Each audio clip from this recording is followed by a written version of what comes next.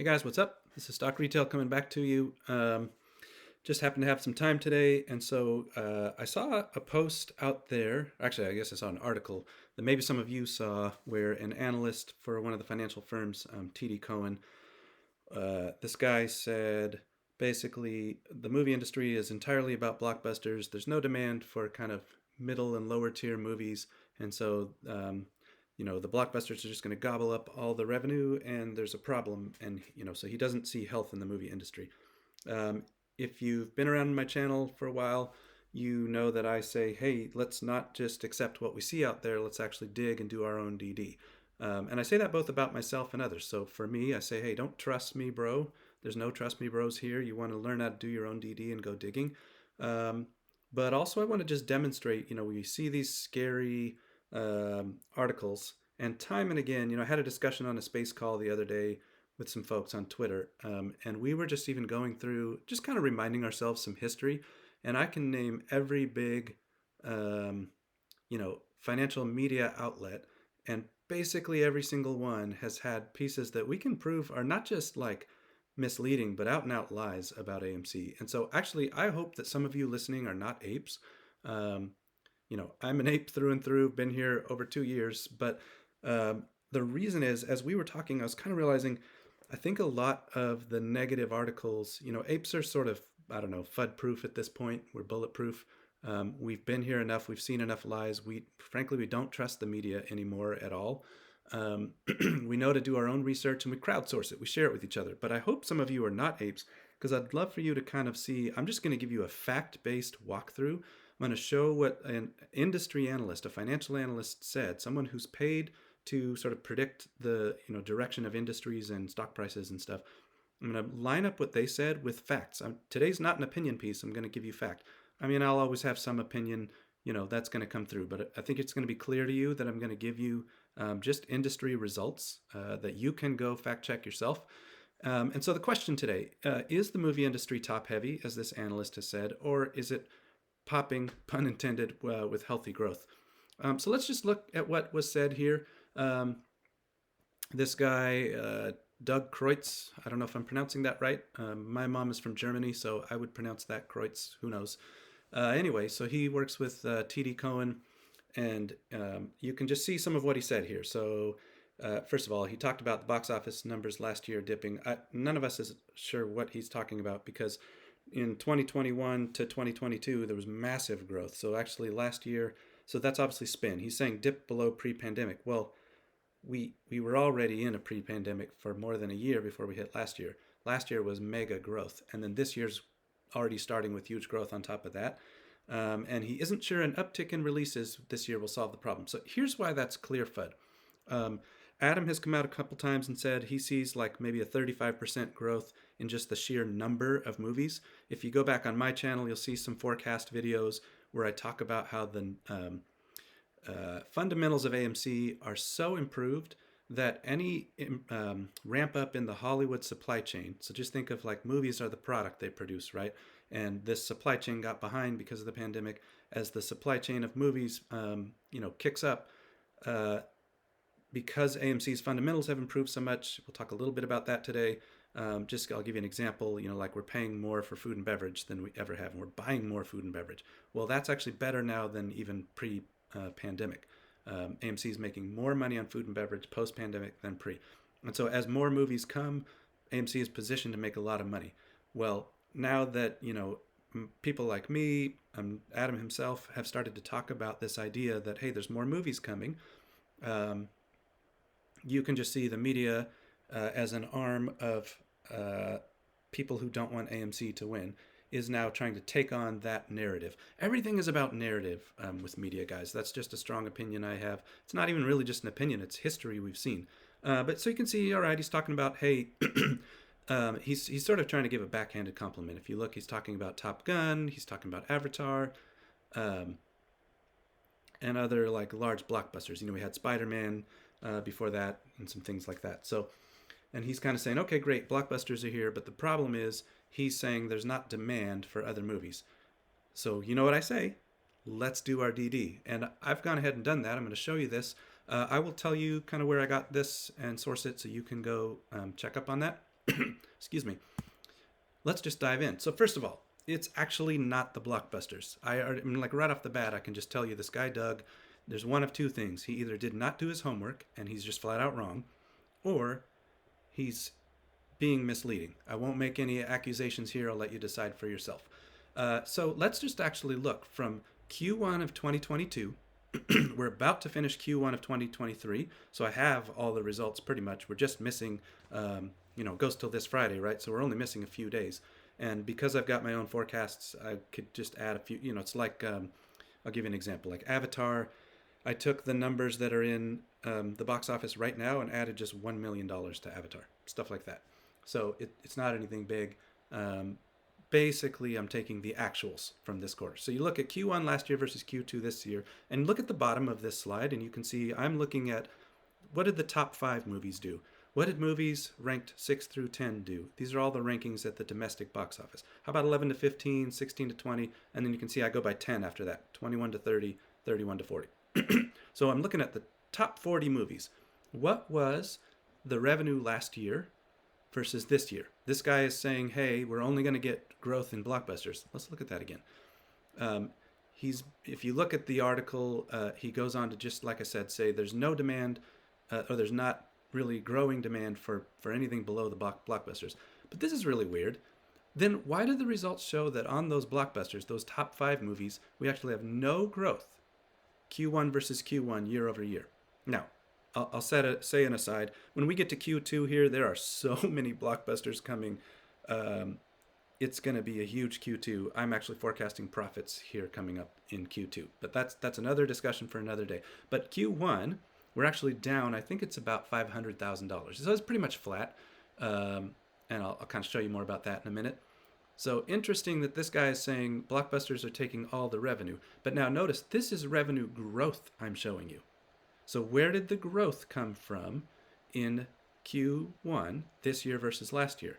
Well, it didn't come from blockbusters. So right off the bat, you already see someone's either just flat out wrong or someone's lying to you.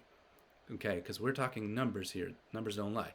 All right, so the second 5 movies, you can see we have this big growth, $136 million of growth this year versus last year for Q1. Awesome. Then you can see the next 5 movies, another $100 million of growth. And then the next 5 movies. So, you start going down and you're seeing growth in every single bucket except the top 5. And you might say, well, all right, but that's still the heaviest growth at the top. But why don't we look at it as a percent? How are these buckets growing year over year in terms of against themselves last year? So you can actually see, okay, yeah, movies. So first of all, again, the top 5 movies are down a little bit, but just call it flat. I think the total bucket was, I don't know, 187 million or something like that. No, a lot more than that. I'm sorry. But the point is, that one is flat year over year. Yeah, I thought about going and looking and showing you that, but I don't want to flip around my screen while you guys are watching.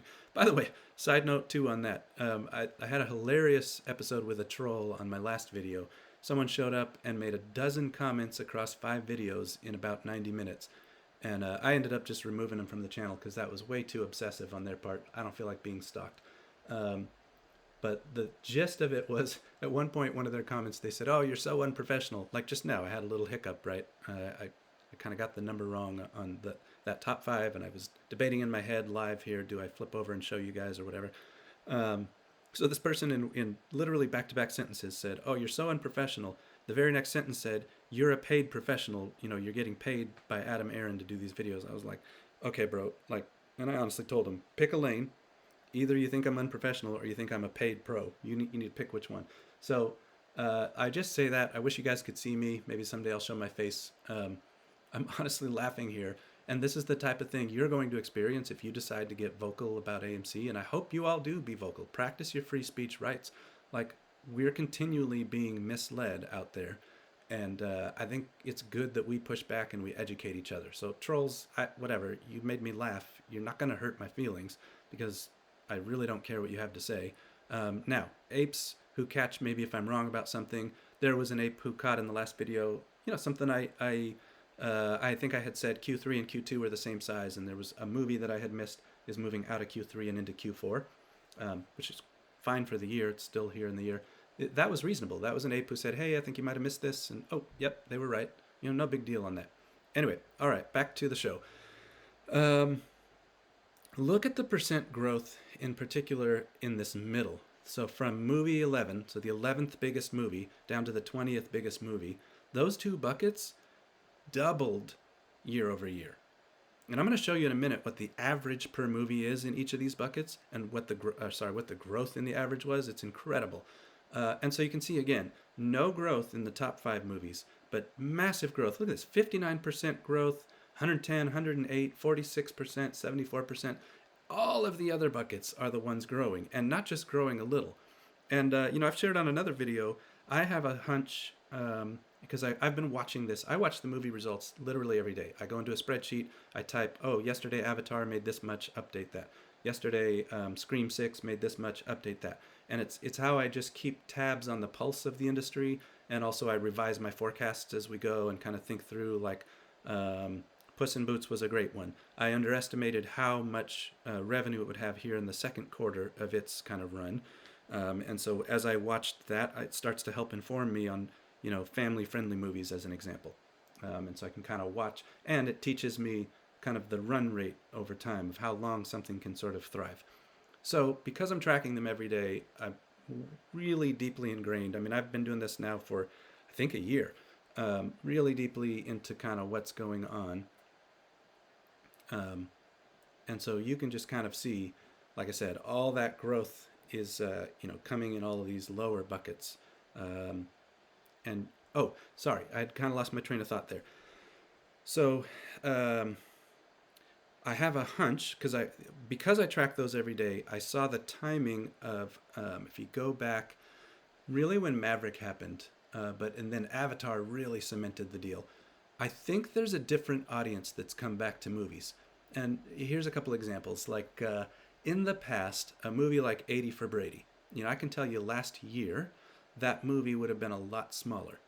And where I'm going with this is I think there's a crowd that Maverick brought back and that then Avatar brought back. And it's the crowd who goes and sees 80 for Brady and A Man Called Otto and Jesus Revolution and some of the like not so actiony, stuff blowing up on the screen kind of stuff, and not horror either. And so it's really awesome to watch because what I'm saying is, certainly thriller and horror is like just kicking butt. Those movies just seem to just be a slam dunk sometimes. A lot of those are just huge. Like Scream's going to be, I don't know, over 100 million domestic. And so the horror movies are doing awesome. Blockbusters are doing awesome. What I've seen, and again, I think it's like a different crowd came back because I noticed the uptick right after Maverick and then right after Avatar. That these crowds, my hunch was a certain, let's say, part of the population, whether due to COVID or just in general, I don't know, kind of getting back into life, I'm not sure, just hadn't come back yet, but then maybe came back for those big blockbusters and saw these trailers and now got back, remembered how fun it is to go to movies. I'm making that one up, that's my own hunch, but I can see the timing of it and see that certain genre of movies really picked up. By the way, that also goes back to this guy's argument, when he's saying, oh man, it's all about the blockbusters. Well, let's ask Doug, has he heard of the idea of a tent pole? There's these big blockbusters that bring in huge crowds. The huge crowds see these trailers and go, oh, actually, I want to come back and see this other movie. And they're doing it. They're voting with their wallet, and we can see it in the traffic. Here's another way to look at that. And this sort of proves the point as well. Again, the blockbusters, if you look at the average, just everything's flat year over year for those top 5 movies in Q1 last year versus Q1 this year. But look at the change in the average per movie in all of the other buckets. And here again is why I'll say, I hope there's some non-apes listening to me. So you can see what's actually happening in the movie industry, and then you can line that up against all these headlines you're being fed about how they're not growing, they're not returning, it's not healthy, whatever. The numbers are telling you a story here. I'm not even telling you the story. These are the numbers. You can go check these. Just look up box office results. A great site for that is Box Office Mojo because you can get down to the individual movies. And that's what I did. And I just dumped them in a spreadsheet, and now I'm giving you the numbers. So look at how the second 5 movies, those movies 6 through 10, per movie are up $27 million a year. Per movie. And then 11 to 15, you can see those 5 movies are up $20 million a year. And then 16 to 20, again, per movie, those 5 movies are up $11 million a year. And then what's great, these next 2 buckets, that's more movies. So this 21 to 30, that's 10 movies, all up almost $3 million per movie versus last year. So those smaller movies are drawing in bigger crowds. I mean, that's just obvious. If these 21 to 30, these 10 movies, are now $3 million a year bigger than last year, and I just told you that's almost a 50% increase. I'm here on this bucket as an example. Or even like, look at this. So movies 31 to 40, they're up this almost $2 million a movie. That's a 74% increase year over year. So I don't think we're paying 74% more per ticket than last year, and I'm saying that facetiously, right? We know we're not. So that means attendance itself is up in the smaller movies. You could really read this, just bump this down a bit because ticket prices are up a bit, right? So bump each of these down a bit, and you could basically say in those tier of movies, that's the growth in attendance. Again, this guy from a financial analysis company is publishing articles that are getting picked up. This was picked up on a broker's site saying the blockbusters are gobbling everything up and there's no demand for smaller movies. Yet year over year, you're seeing massive increase in the attendance of the smaller movies. You tell me which one's right, the numbers or his opinion piece. All right, so let's kind of move forward a little bit. One other just slice I took, I just looked at, and I just drew this line randomly for myself. I was like, how many movies are at $15 million and up? Because $15 million domestic box office is by no means a blockbuster. When we're saying blockbuster, we're talking, well over $100 million. Those top 5 are way up there. I think Avatar was the top this quarter, and it's going to hit about 280. Anyway, so $15 million and up, you certainly got some smaller movies, but fun stuff to see. I've gone and seen some of those this quarter, and I love that we're getting more of a variety of stories that get told because of that. So it's just more of an ecosystem, right? I'm so glad that there's blockbusters drawing people that are then kind of spilling demand over into these smaller movies too, and I think both are surviving. And this, kind of also demonstrates that. So last year there were 13 of those in the first quarter. This year, there's 21 of those. That's 62% growth in movies, in the count of movies, $15 million and up. So my point is the growth is coming from the middle and the bottom, which you just see in all of these, right? So the guy's clearly wrong. Whether he's wrong on purpose or not, I'm going to just, again, kind of leave up to you guys.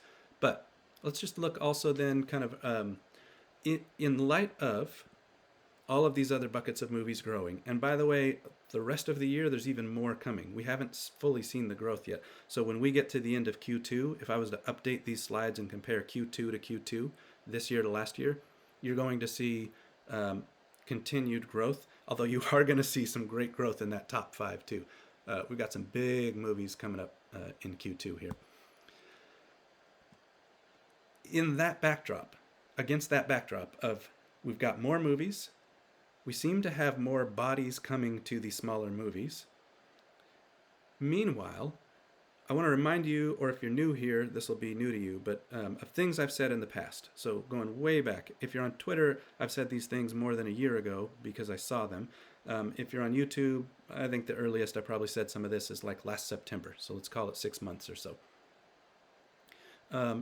In the middle of more movies coming, food and beverage spending is increasing per person. So AMC's selling more. If you sell more of your product, you tend to make more money. I think that's pretty obvious.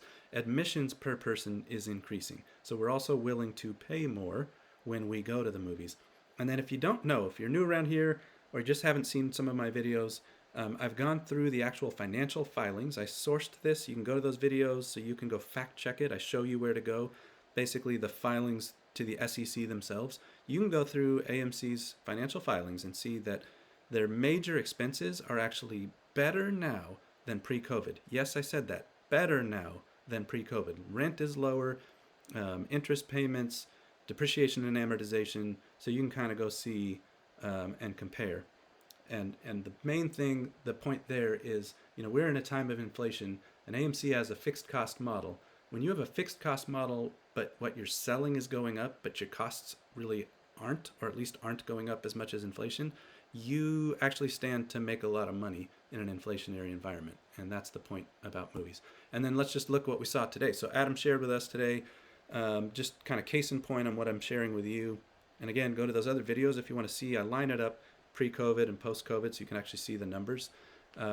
2 weeks ago, we set an all-time record, and then he says this weekend that we just had is yet another new all-time record for the amount of food and beverage spending per patron. Just awesome. I mean, AMC is making a lot of money right now, and again, it just keeps coming back to, as the movies return, AMC is well set up. So, the great news. Recent growth in these mid and smaller movies, in my mind, that's like strengthening the foundation of the movie industry. It's like establishing the floor and making it stronger. And I mentioned, so Q2, there's a lot more blockbusters coming throughout the rest of the year, really. You're going to see we're going to have more bigger movies. I've demonstrated that in another video as well, and kind of show you which movies I'm even talking about. We're talking about Little Mermaid and Indiana Jones and Guardians of the Galaxy and Mission Impossible. I could kind of go on. But so there's a lot of really big movies this year. Go to other forecasting videos of mine if you want to see those. Give you all the thumbnails, kind of more of a visual on those. But then also, just kind of the bottom line is the industry, in my point of view, and I just showed you the numbers of why I believe this, is actually becoming healthier. There's actually more demand coming to those mid and small movies, opposite of what you were told by the financial media. Wonder why that would be, and whether you should trust financial media or not.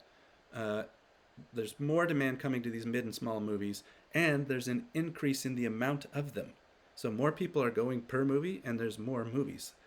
That's a heck of a multiplier that's going to start to come through the rest of this year and then into 2024 and beyond. And at that same time, AMC's been improving its fundamentals. I've got a real strong point of view that AMC doesn't even need the box office to get to pre-pandemic levels for AMC to have pre-pandemic profits. And we'll just watch that develop. So, conclusions, analysts are in the wrong bag. This is the right bag to get, in my opinion. Let's go.